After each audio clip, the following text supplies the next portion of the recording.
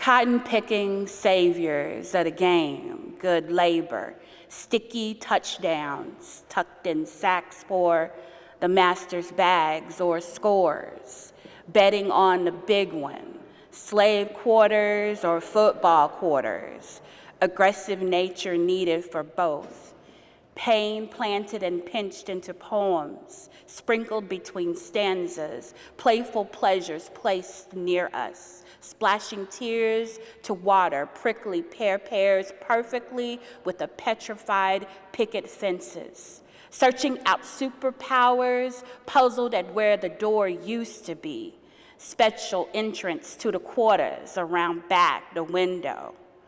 Yeah, Black folks should get cotton clothes for free, for free, for free, for free.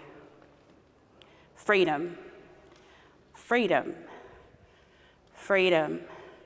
Freedom back in time wasn't for us. It was vulnerable nouns, honest movements wanting freedom, consensual stares longing for freedom. Whose conscience bears witness? Stay here and be quarantined to feel the heat from the irons.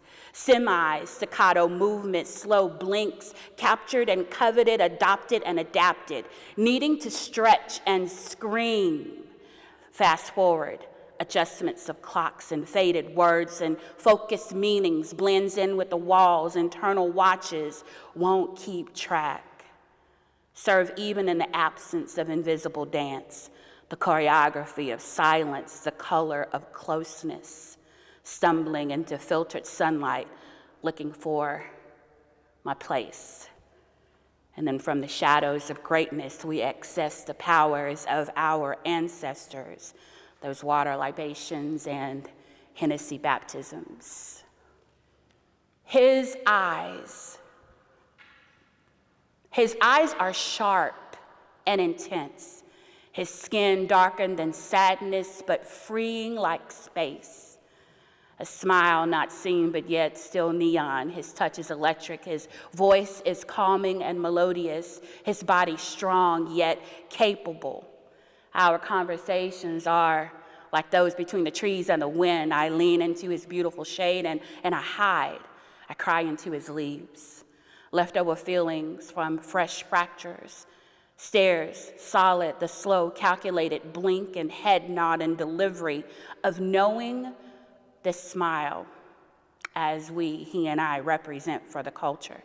Our presence is felt before even being seen, not worried about spaces that we take up, for they belong to us to begin with, and then recognizing the beautiful protections that's found in a king.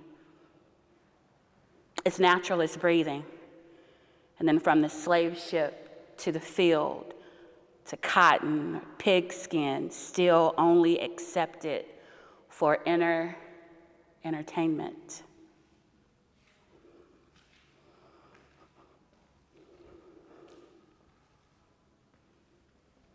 I am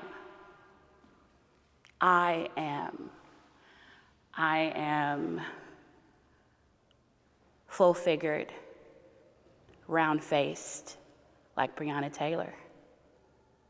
I have lips like my ancestors.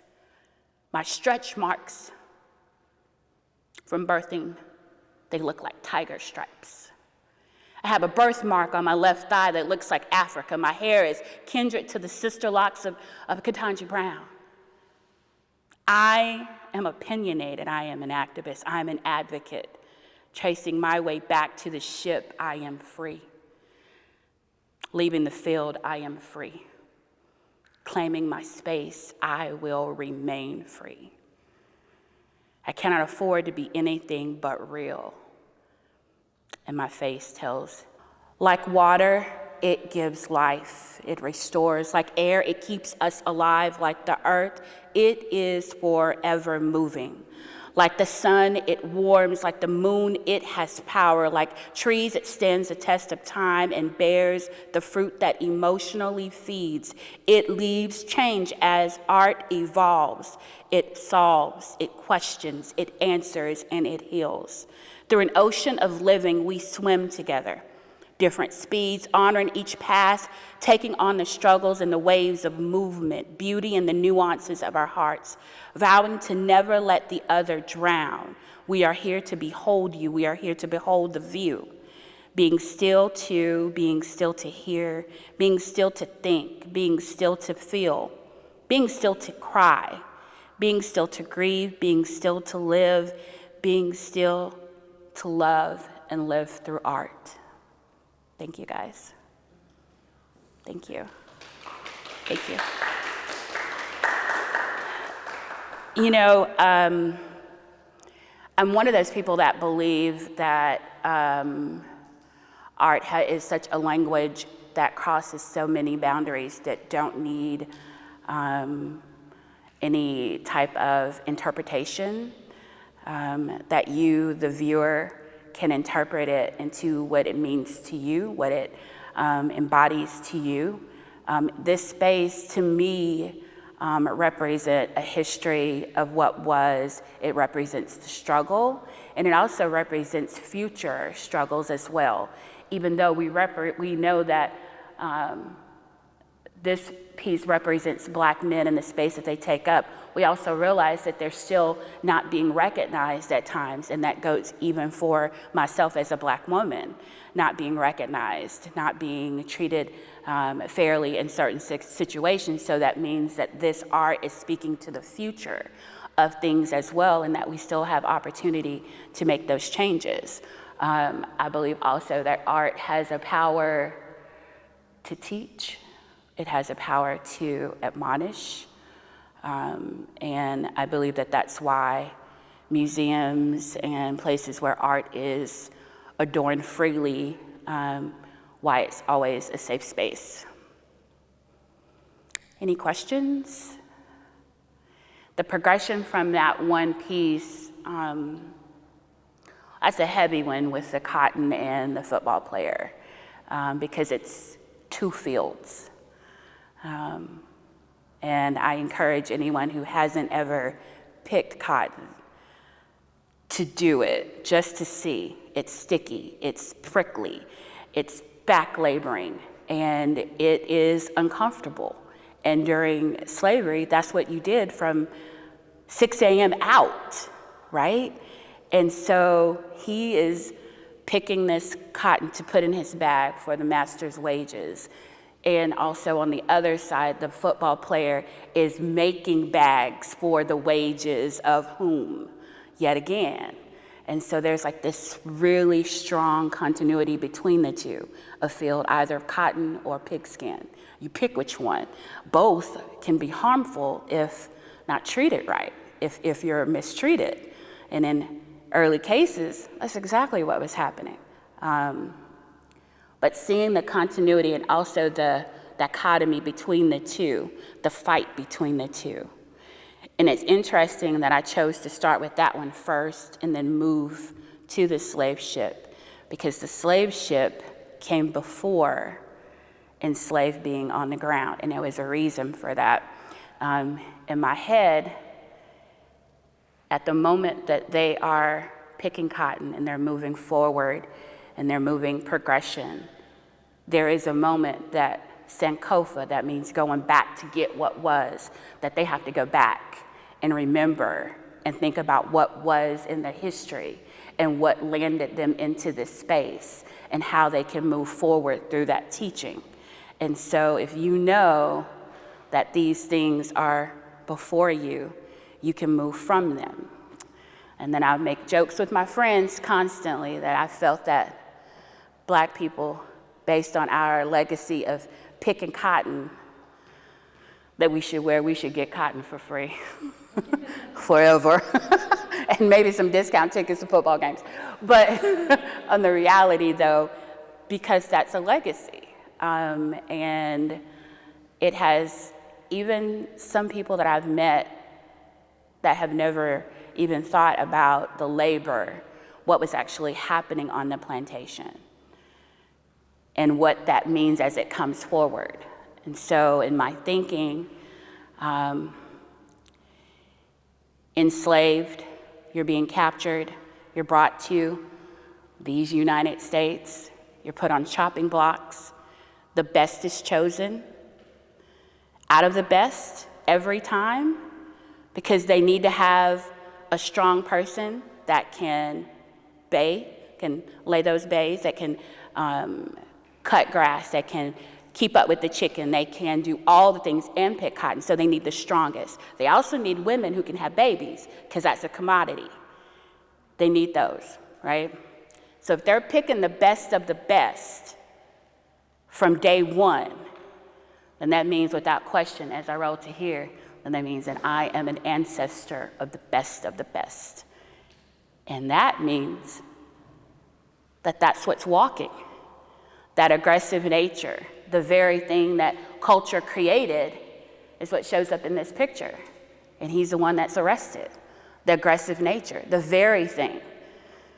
They wanted an aggressive person that was on that chopping block because they needed him to be able to move that hay, take care of them horses. Also, can you make a baby on the side? Can you do all of these things? And when that DNA moves forward and he creates a legacy of strong Black people,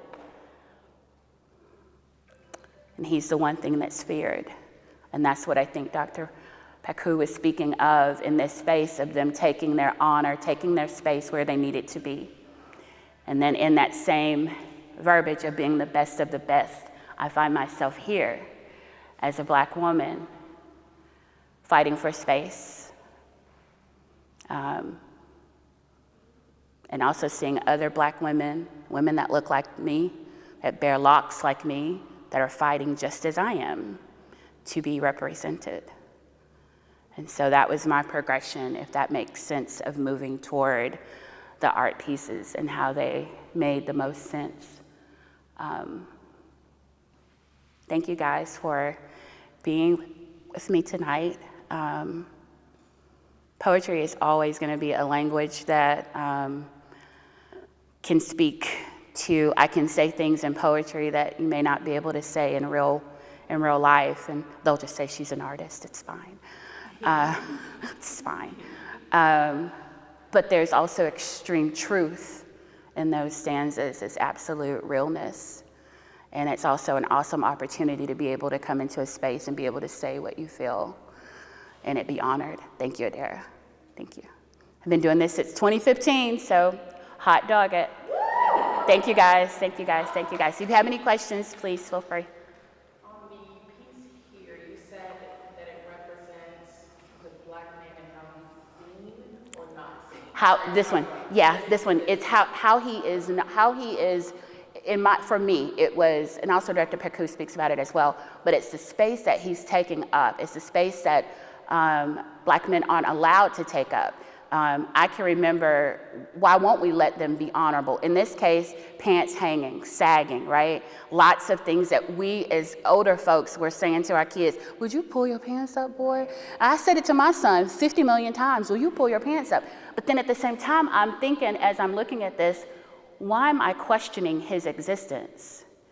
Why not explain to him more? Why not explain to him that he's royalty and that this means more, that there's a difference? Why not explain it? Which is why he has this beautiful headdress on to show that type of royalty and the realness. And this is probably my favorite. This is my absolute favorite. And it's amazing. So who do you see in it? I see my son. You see your son, don't you? Yes, yeah, that's exactly who I see. But I also see, on the flip side, I also see my son and him at 16 and me reminding him, put your wallet in the driver's seat when you're driving. Don't make any sudden moves. When the blue lights come up, pull over slowly. Shut your mouth. I need you to come home for dinner.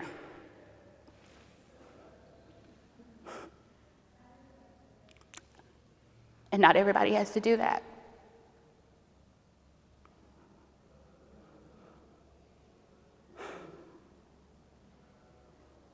Yep, not everybody has to give that instruction to their young boys, but young Black men, we have to remind them. Even at 26, I remind him. What do you do when you get in the car? And he's like, I know, Mama, I know. But I need you to make it home, kid. So But that's also the flip side that you see. And I had a friend of mine who was in one of my classes, and he came, he's a white guy, asked him to write. And his piece was completely flipped, because what he saw was aggression. He saw fear. He saw fear. He saw fear from himself for not understanding, and he also saw fear for the subject. What could happen if he's caught walking around like that?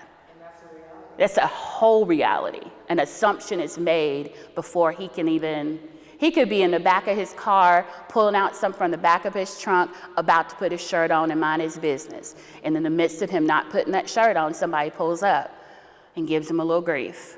So like, there's some stuff.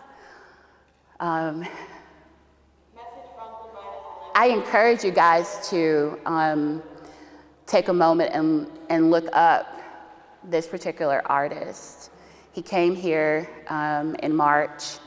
We got to talk to him. Phenomenal. When I say I was speechless. He broke it down, and the majority of his artwork is extremely hip hop based. So there is like this, he likes to take African garb tradition and add it with hip hop, and even using quotes from Killer Mike. You know what I'm saying? Like, what? So that's amazing. But thank you guys.